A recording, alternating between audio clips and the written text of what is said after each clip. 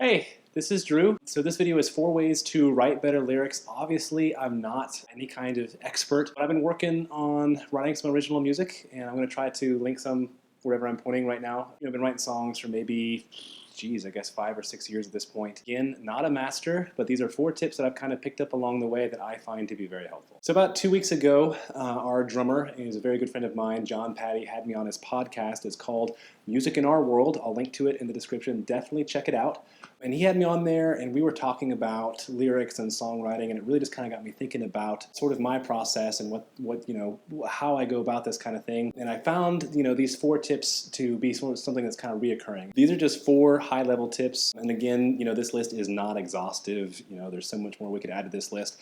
And I don't really talk much about finding your inspiration either. And as we go through the video, if you would like to see a separate video about how I find inspiration or how you can get into the zone, that kind of thing, that would be a separate video. And of course, I've got tips that I'd be happy to share with you. So if you'd like to see that, comment below, and I'll definitely put one of those together. Okay, so tip number 1 is read. You wouldn't trust a musician who didn't like to listen to music, right?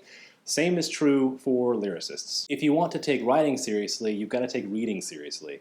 And it doesn't necessarily even matter what you read. Obviously, you'll get the most benefit from, or the most tangible benefit from reading stuff like poetry. But you can read stuff like magazines, articles, anywhere really that the written word is employed. And the purpose of this is really to try to get outside of yourself. If you limit yourself to writing material that's only about you, even if you've had an incredibly interesting life, that's like one album of material. Reading allows you to transport yourself, essentially increasing to levels of limitlessness, the things that you can experience and empathize with. You then write from, I guess, kind of like an empathetic experience or an empathetic perspective, or you have different perspectives that you can augment your own experiences with, and it really just helps you have a more enriched view of anything that you might want to write about. This is something that's really helped me. A song that comes to mind, one that I put together, not recorded yet, apologize for that. It was a novel, I think it was called To Have and To Hold. It's not a novel I particularly enjoyed. I thought it was cheesy.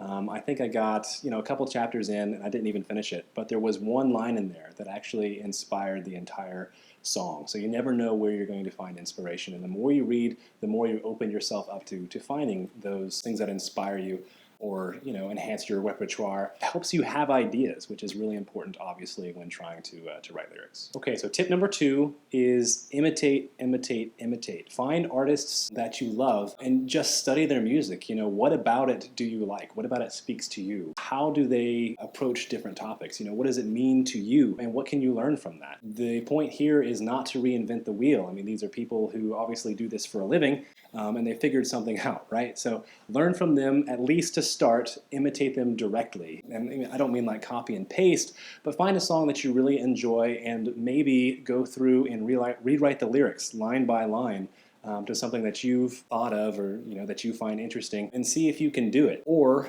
maybe if you've got a melodic theme in mind, try to write it from the perspective of someone you respect. Like, for example, Brandon Flowers, right, the lead singer of The Killers. If you were writing a song, say you want to communicate a certain idea, ask yourself, how would he communicate this, and try to imitate that. Tip 3 is to be conscious of syllabics and rhyming scheme. Definition of a rhyming scheme: it's the ordered pattern of rhymes at the ends of lines of a poem or a verse. So basically, the last line that you've got on a line will correspond, like, say the line after that rhymes, you'll give it the same letter. Syllabics is just being conscious of how many syllables are in each line, and oftentimes the number of syllables in each line corresponds with your rhyming scheme. How does this pertain to lyrics? Well, if we look at one of my favorite songs, Piano Man by Billy Joel, we're going to take 2 of his verses and we're going to look at it from a rhyming scheme as well from a syllabic perspective.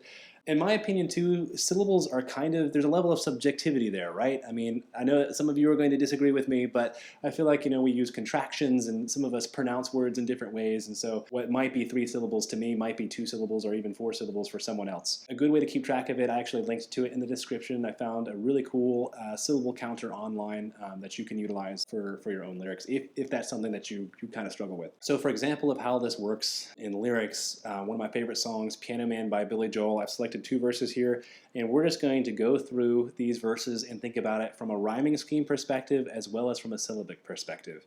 So first, let's look at rhyming scheme. So it's a pretty good crowd for a Saturday. That's the first line. We're going to call it A. And the manager gives me a smile. Smile doesn't rhyme with Saturday, so we're going to call that B. Because he knows that it's me. Again, me doesn't rhyme with smile or Saturday, so we can't call it A or B. We're going to call it C. They've been coming to see. C rhymes with me, so we're going to call that C again. The last line, to forget about life for a while. So a while rhymes with smile, so we're going to call that B. And so the rhyming scheme here is A, B, C, C, B. And he does this throughout the entire song. If you look at the next verse here, and the piano, it sounds like a carnival, A. And the microphone smells like a beer, B. And they sit at the bar, C, and put bread in my jar, C, and say, man, what are you doing here, B. Again, A, B, C, C, B. And if we look at the syllabics here, so again, going to the verse we looked at first, it's a pretty good crowd for a Saturday. There are 11 syllables in that line. And the manager gives me a smile, 9 syllables, because he knows that it's me, 6. They've been coming to see, 6, to forget about life for a while, 9. And so what's cool here is we find out that his syllabics goes right along with his rhyming scheme. So for line A, it's 11. For line B, it's 9, and then for the C lines, it's 6. And when you start to sort of peel back this layer and you start to see sort of the order and the thought that went into these lyrics sort of under the hood, it helps you really appreciate them even more.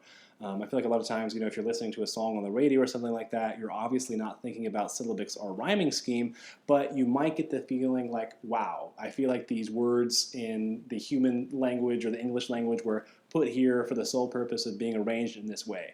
And it's sort of what fosters that feeling is sort of the order and the thought and the care that goes into them.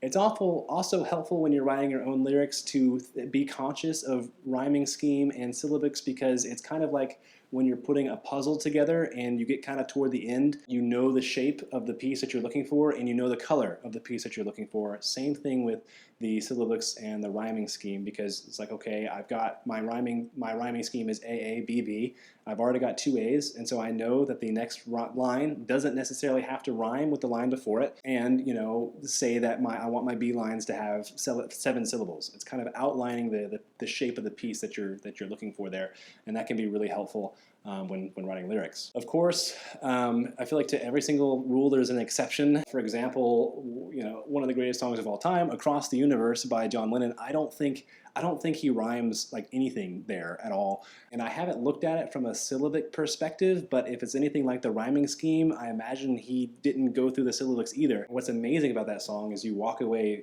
thinking like, wow, what incredible lyrics. And so obviously, syllabics and rhyming scheme, it's the pirate's code, right? It's more like guidelines than actual rules. Final tip is the easiest, and in a lot of ways, it's the hardest. It's don't quit. And I know that might sound silly and cliche, but if you love what you're doing, don't quit. And that goes into writing great lyrics. For example, I'm terrible at basketball. If you gave me a basketball and said, you've got 10 tries to make a basket, to be honest, I probably wouldn't make a basket in that 10 tries. But if you gave me 25 tries, if you gave me 50 tries, if you gave me 75 tries, obviously the more tries that you give me, it increases the statistical likelihood that I'd be able to make a basket. Same is true for lyrics. Give yourself at-bats. Let yourself try.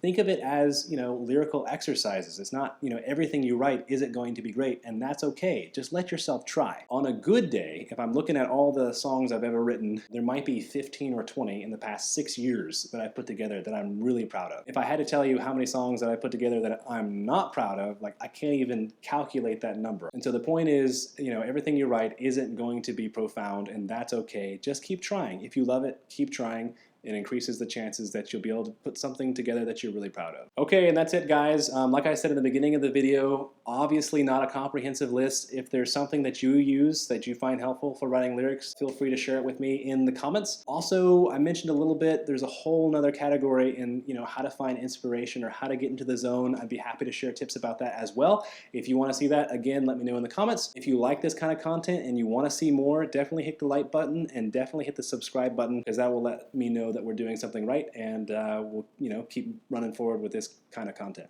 And that's it. Until next time, keep writing, lyricists. I don't know.